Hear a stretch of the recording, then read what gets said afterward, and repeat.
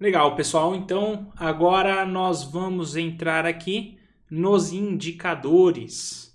Então, eu vou repassar com vocês, tá certo? Alguns dos indicadores que eu vou utilizar aí no dia a dia para a gente construir os nossos métodos aí para trabalhar no day trade, tá legal?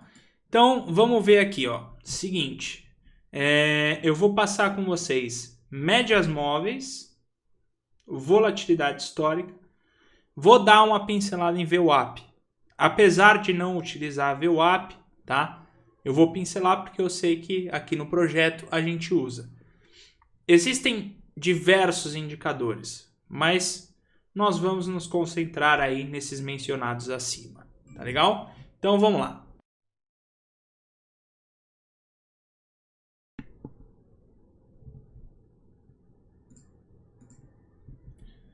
Bom, médias móveis, tá?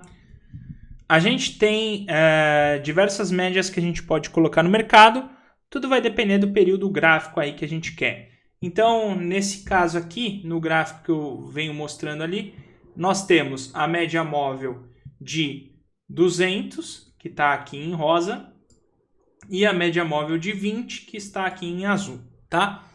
A média calculada a partir dos últimos 20 fechamentos de cada barra. Então, nós temos uma barra formando, 2 barras, 3 barras, 4 barras, 5 barras, 6 barras, 20 barras. Aí ele vai pegar a média das últimos 20 fechamentos. Então, ele vai somar uma a uma, soma, e divide por 20, tá certo? Ou seja, não tem segredo sobre essa média. Só que ela é dinâmica. O que significa ela ser dinâmica? Ela vai mudando ao longo de cada cotação. Por quê? Porque ele está sempre com relação às últimas 20. Então, a média que você está vendo aqui, neste ponto, tá? Ela é com relação às últimas 20 barras para cá. A média que você vê depois um ponto para frente é com relação às últimas 20 barras menos aquela anterior que já estava calculada anteriormente.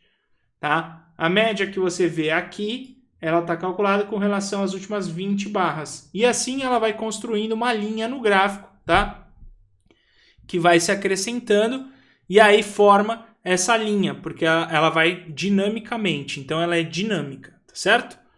Calculada aí, no caso, de forma simples, tá? Não tem segredo sobre a média móvel simples. A média móvel simples, como também aritmética, é a mesma coisa. Aí a gente tem modelos de médias móveis exponencial ou logarítmica.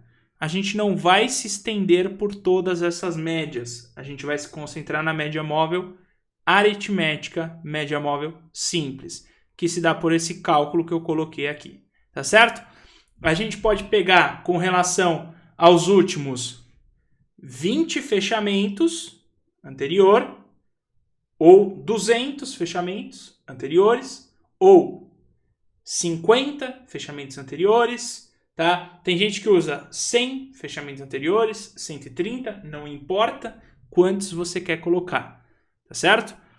Isso fica a seu critério. O que eu venho passando para vocês é a média móvel de 200 e média móvel de 20 períodos. 20 períodos porque faz referência ao mês, tá certo? Por isso que essa média foi criada aí e utilizada no mercado financeiro, porque a relação que ela tinha até então era do mês e a 200 do ano, tá certo?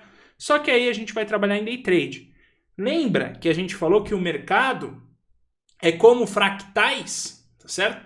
Se o mercado é como fractais, isso significa que eu posso muito bem utilizar essas médias, tá? No time frame de 5 minutos. Porque se eu utilizo no diário, por que eu não poderia utilizar no de 5 minutos? Por que eu não poderia utilizar no de 10 minutos? A aplicação é a mesma, tá certo? Então, de um gráfico diário se saiu a média móvel de 20. Tem outras pessoas que usam 21, 22, tá certo? De maneira geral, 20, tá certo? Ou 200. Já vi gente que usa 250, tá? Para você calcular mais ou menos um ano ou um mês. E aí a gente pega os fractais e a gente utiliza também time frames menores. Por que eu vou me concentrar em média móvel aritmética e não vou me concentrar na média móvel exponencial ou logarítmica? Ou por que eu não vou colocar uma média móvel de 21 ou 22 períodos? Por que eu não vou colocar de 200 ou mais períodos? Tá? Por que eu vou deixar 20 e 200? É simples, tá? Quando a gente olha para a média móvel, eu estou olhando para ela e dentro dela eu enxergo ela com uma possível margem de erro, tá certo?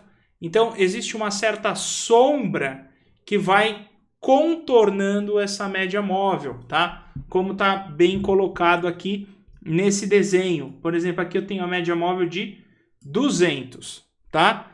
Veja, eu desenhei aqui, ó, ela está em rosa aqui, tá? Mas eu desenhei essa sombra em volta dela. O que essa sombra significa em volta dela? É que existe uma certa margem de erro, tá? Essa margem de erro significa assim, olha, se o preço só tocar na média, isso não significa que de repente ele vai romper a média, ou se ele passa um pouquinho, rompeu a média, não. Pode ser que o preço vai lá, rompe a média, mas pode ser que ele volte. Então, a fim de não correr esse risco dele ir lá, romper e voltar, tá? Eu considero uma certa banda que vai contornando essa média. E essa banda eu coloquei aqui, tá certo? É uma sombra, tá certo? E isso vai me dar as localizações de mercado. Localizações de mercado. Então, vamos ver essas localizações. Localização quando eu estou na média móvel de 200. Então, eu tenho a média móvel de 200. Quando eu estou na média móvel de 200, eu falo que a localização é na média móvel de 200, tá certo? Tem alguns autores aí, por exemplo, meu amigo William, tá? Ele traz ali, por exemplo, que eu estou na localização 1, que é na média móvel de 200, tá certo? Isso também quem passa é o Oliver Velez pra gente. Localizações próximas à média móvel, que é quando faz essa sombra na média móvel. Seria a localização 2 e 3. Isso não significa que se o preço cutucou a média móvel de 200, ele vai romper de fato. Pode ser que não, tá? E as localizações afastada, inferior. Pode ser, por exemplo, aqui a localização 4. E afastada superior, que pode ser a localização 5. A gente tem essas localizações de média móvel. E por que eu digo isso? Porque o simples fato do preço bater na média móvel não significa que ele possa romper esta média móvel. Ele pode voltar e ainda assim ter fechado o seu candle aqui em cima, mas ele pode retornar. Para mim, um rompimento na média móvel ele só passa a ser válido a hora que o preço passa a média móvel e arma uma espécie de pivô na média móvel. Quando o preço faz isso, aí sim você tem um rompimento da média móvel de 200. E por isso que a gente vai enfatizar essa espécie de banda na média móvel de 200, sobretudo na média móvel de 200. Essa sombra, tá? Quando eu falo banda, não confundam com banda de Bollinger. Banda de Bollinger é outra coisa. Isso é uma espécie de sombra, tá? Que eu tô enxergando aí no mercado para tentar ficar de uma forma mais clara para mim a hora que ela vai romper. E essa sombra, ela não tem só na 200, ela tem na 20 também, tá certo? Apesar da 20 ter um peso menor. A média móvel mais curta sempre tem um peso menor, tá? A média móvel mais curta é mais suscetível de falhas. A mais longa, menos falhas. Outra coisa, indicação de mercado. Toda vez que eu tenho um mercado forte, tá certo? Em tendência, a média móvel mais curta, ela está sempre mais próxima do preço. A média móvel mais longa, ela está sempre mais afastada do preço. Tendência de baixa, como está aqui, a média móvel mais longa, ela tem que estar acima da média móvel mais curta e acima dos preços. Então, numa tendência de baixa, a 200 tem que estar por cima, a 20 abaixo da 200 e o preço abaixo das duas médias. Tendência de baixa. Tendência de alta, a média móvel de 200 tem que estar abaixo da média móvel de 20, tá certo? A 20 acima da de 200, né? Óbvio. E o preço acima das duas médias. Quando isso acontece, a gente está falando que estamos numa tendência de alta. Legal? Se o preço está entre a média móvel de 20 e a média móvel de 200, tendência indefinida. A gente pode chamar isso de uma zona de armadilha. Tá legal? Então, tem que sempre lembrar desses conceitos. Tendência forte no mercado, quando as médias deixam o preço fluir. O preço está ou acima das duas médias ou abaixo das duas médias. Pode fluir à vontade o mercado. Se o preço estiver dentro das médias, tá certo? O mercado já fica mais parado. A gente pode falar que é uma zona de armadilha. Além disso, as localizações. Localização superior, afastado, né? O afastado superior, afastado inferior e na média móvel ou entre a média móvel, tá certo? Por que isso é importante? Porque quando o preço está na média móvel ou entre a média móvel, a gente vai estar de olho em trades que façam para a gente uma espécie de um pivô para sair da média móvel. Aí lembra daqueles pivôs que a gente viu anteriormente, tá? Os pivôs anteriormente que a gente viu que tem o pivô de pré-rompimento, no rompimento e pós-rompimento. Isso para sair de uma média móvel de 200. A média móvel de 20 em si, a gente não vai trabalhar com ela nesse tipo de aplicação. Mas sim, quando a gente tiver breakouts, power breakouts, a gente vai ficar de olho. Ou padrões de reversão, como por exemplo, um ABC de mercado, com base na teoria das ondas de Elliott, quando a gente tem o ABC, que é quando o mercado volta. Então, quando você tem um movimento de impulso, e aí você tem aquele ABC, dependendo de como a média contornar aqui, a gente vai trabalhar nele vendido, tá certo? Se não, a média móvel de 20 ela vai ter uma aplicação assim mais para acompanhar como até mesmo um trailing stop, tá certo? Então, vejamos aqui nesse gráfico aqui rapidamente, tá? Se a gente olhar aqui este gráfico, a gente vai verificar o seguinte. Aqui eu tenho a minha média móvel de 200, que está em rosa, tá certo?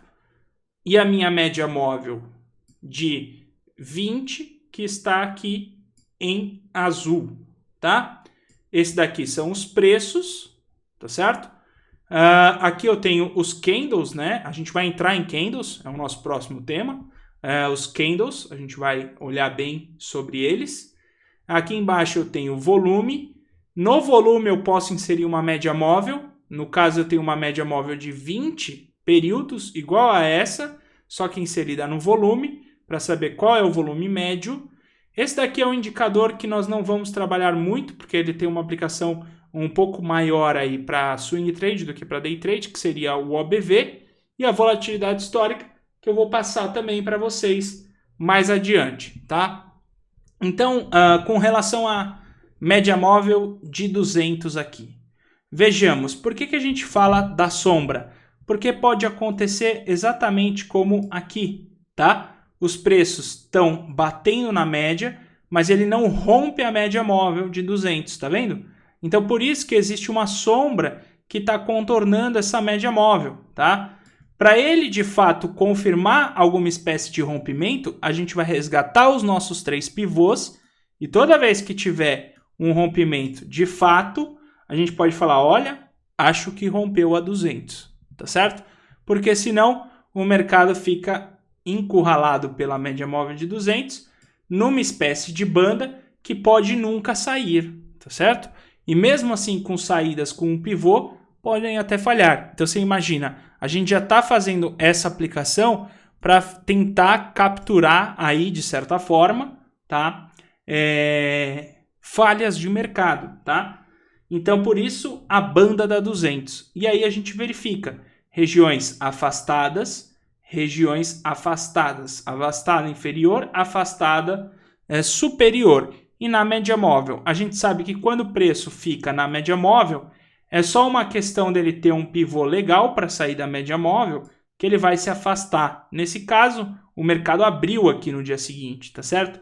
Aqui onde está o 20, tá? E tem esse tracejadinho aqui no gráfico, significa que aqui separa o dia anterior, pregão anterior, com o pregão atual. Então você vê, o mercado já tem um certo movimento, e aí tem essa região que vai sombreando a média móvel de 200 períodos.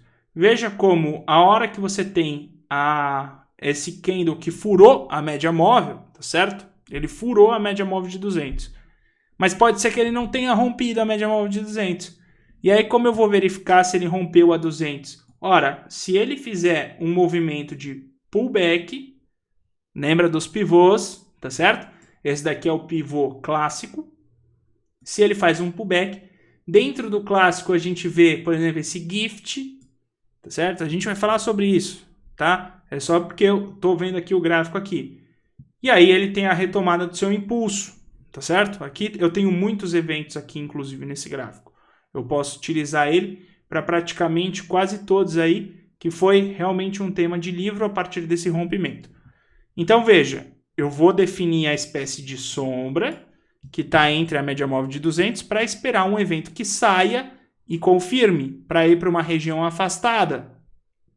Da região afastada, ela pode voltar para a média móvel de 200. Afastada inferior, ela volta para 200.